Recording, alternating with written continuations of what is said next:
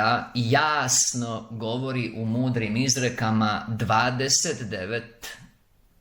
29-25 stih. Slušaj, strah od čovjeka postavlja zamku, a tko se uzda u Gospodara, siguran je.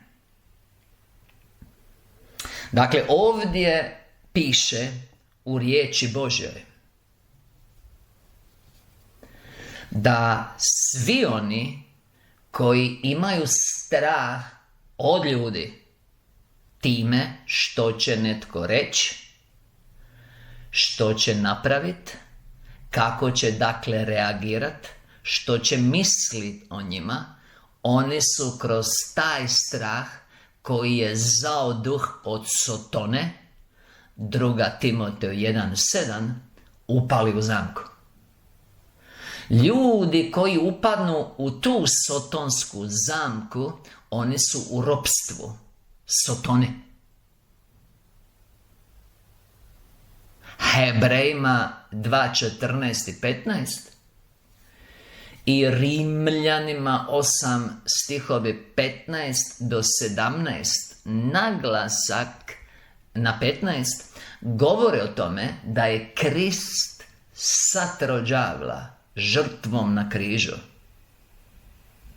poništio njegov utjecaj, obezvrijedio ga, uništio i tako oslobodio sve one koji su zbog straha od smrti bili u njegovom ropstvu. Strah je oružje koje Sotona koristi da porazi, zarobi i sveže.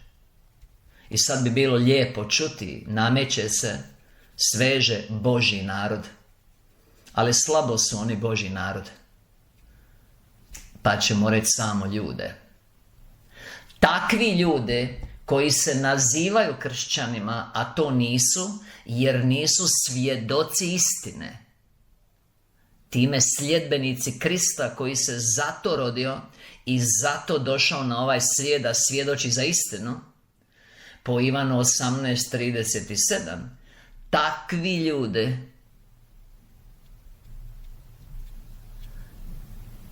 koji nisu kršćani su svugdje oko nas i nitko ih ne razlučuje od ostatka svijeta po ničemu, što dokazuje slučaj da su u službi gospodara ovog svijeta. Kršćanina razlikuje od ostatka svijeta što svjedoči za Krista. Bez toga nema kršćanstva. Djela 1.8.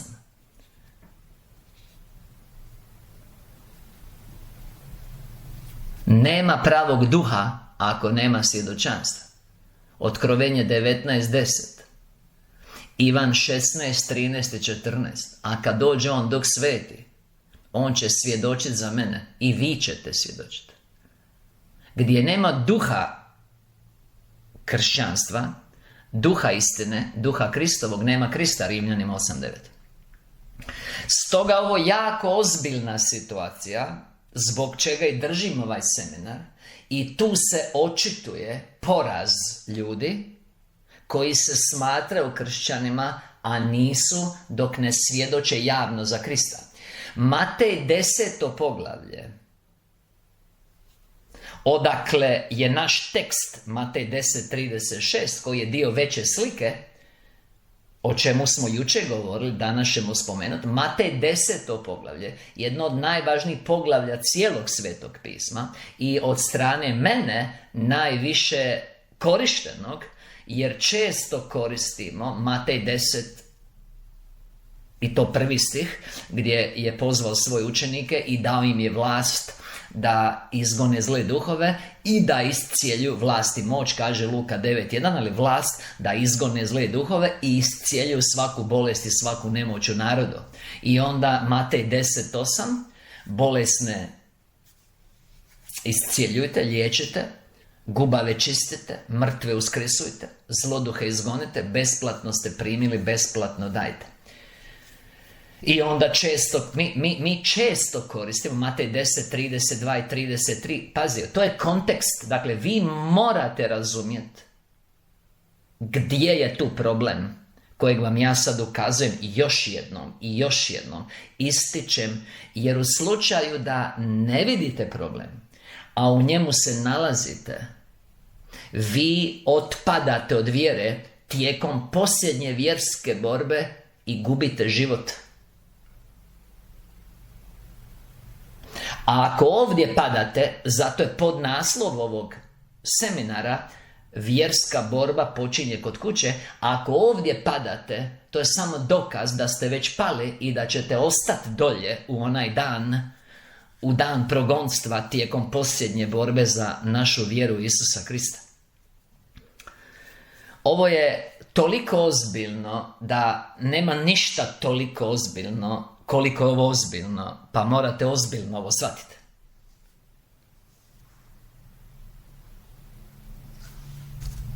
U ime Isusova. Matej 10. poglavlje je jedno od najvažnijih poglavlja Svetog pisma. To je ujedno i proročanstvo o posljednjim vremenima. Tu su temeljni stihovi za posljednju borbu za vjeru, knjižica broj 48, a to je kulminacija božanske drame i centralni događaj posljednjih dana. Tamo su stihovi koje danas i koristi u ovoj propovjedi, tu je nazivnik Smith Wigglesworth, ali ja nisam našao ovu propovjed među njegovim propovjedima, imam sve. I on kaže ovako: ne bojte se u 28. stihu onih koji ubijaju tijelo, ali duše ne mogu ubiti. Tako smo jučer završili. Bojte se više onoga koji može i dušu i tijelo pogubiti u paklo. Ja sam primio objavu za zagrebačku ekipicu, a dijelim to sa svima vama, sa cijelim svijetom, a to je: najopasnije dijelo tijela je strah od smrti. To dokazuje koliko je čovjek ukopan u materiju, koliko nije duhovno budan, koliko Mariji radi samo za ovaj život. Najopasnije dijelo tijela je strah od smrti. I nećeš ući u kraljevstvo s time, to jest ulaziš u duhovno kraljevstvo, ali ne ideš u svjetlo, ne ideš u nebo. Jer to nešto govori o tebi, a to je da si duhovno mrtav. Najsavršeniji i uzvišeniji plod duha jest ono iz Otkrovenja 12.11, a to je da rado predaješ svoj zemaljski život na slavu Kristu. I oni ga pobjediše, Otkrovenje 12.11, krvlju jagančevom i riječju svoga svjedočanstva, jer nisu ljubili svog života sve do smrti. I istoimeni seminar kojeg sam držao u Zagrebu. Najopasnije dijelo tijela je: želim sačuvati ovaj život, strah me od smrti, jer mi ovaj život sve što imam. To je dokaz da si mrtav, da je tijelo pobjedilo, Galačanima 5.19 do 21, i nećeš i ne možeš ući u kraljevstvo nebesko. Najsavršeniji plod duha jest: rado predajem svoj život, jer me čeka kraljevstvo Božje. Kraljevstvo Božje mi je stvarnije nego zemaljski život. I to je za mene dobitak, kaže Pavle u Filipljanima 1.21 do 25. Volimo te, Isuse, naglasak na 21 do 23, a piše iz zatvora i u dvojbi je da li da umre ili da ostane. I kaže: za mene smrt dobitak, volimo te, Isuse, i stoga je to puno bolje. Ali ostaću ovdje zato što je to za vas dobro. Ovo je za mene, ali je uzvišenija ljubav zbog vas. Najbolje je biti s Kristom. Bolje nego živjeti na zemlji. A najuzvišenija ljubav je ono što je za mene najbolje staviti u stranu da bi živio za ono što je za vas najbolje. O, volimo te, Isuse, i to je znak to je znak probuđenog duha i nekoga tko ima najsavršeniji plod duha. Ja vas blagosljam. Vi ovo morate shvatiti, inače ginete. Ne radi se o vašim obiteljima. Krist ljubi vašu obitelj više nego ćete vi ikad ljubiti. Radi se o vama koji ste svezani i zarobljeni i na putu ste propasti u vašem religioznom i licemjernom odjelu. Jeste sa mnom. A to su svi oni koji ne svjedoče javno za Krista. Ne postoji kršćanstvo odvojeno od javnog svjedočanstva. Tko ga zanijeće pred ljudima? Matej 10.32, Mark 8.38. I njegov nauk, to je još važnije. Jer kad kažeš Isus, iako svi polude, još ok, Isus, Božić, Nova godina, rođendan, imedan, 3 kralja, Bela Gospa, Isus, štrudla od jabuka, makovnjača. Ali kad ti svjedočiš za nauku situacije, Isus je ovo rekao i zbog toga ja to neću napraviti što ti činiš, a i ti bi dobro napravio da to ne učiniš, jer to je put u propast. To je svjedočenje za Krista. A ako to ne činiš, onda se stidiš njega, Mark 8.38, i njegovog nauka, onda gubiš i njega i kraljevstvo i život vječni.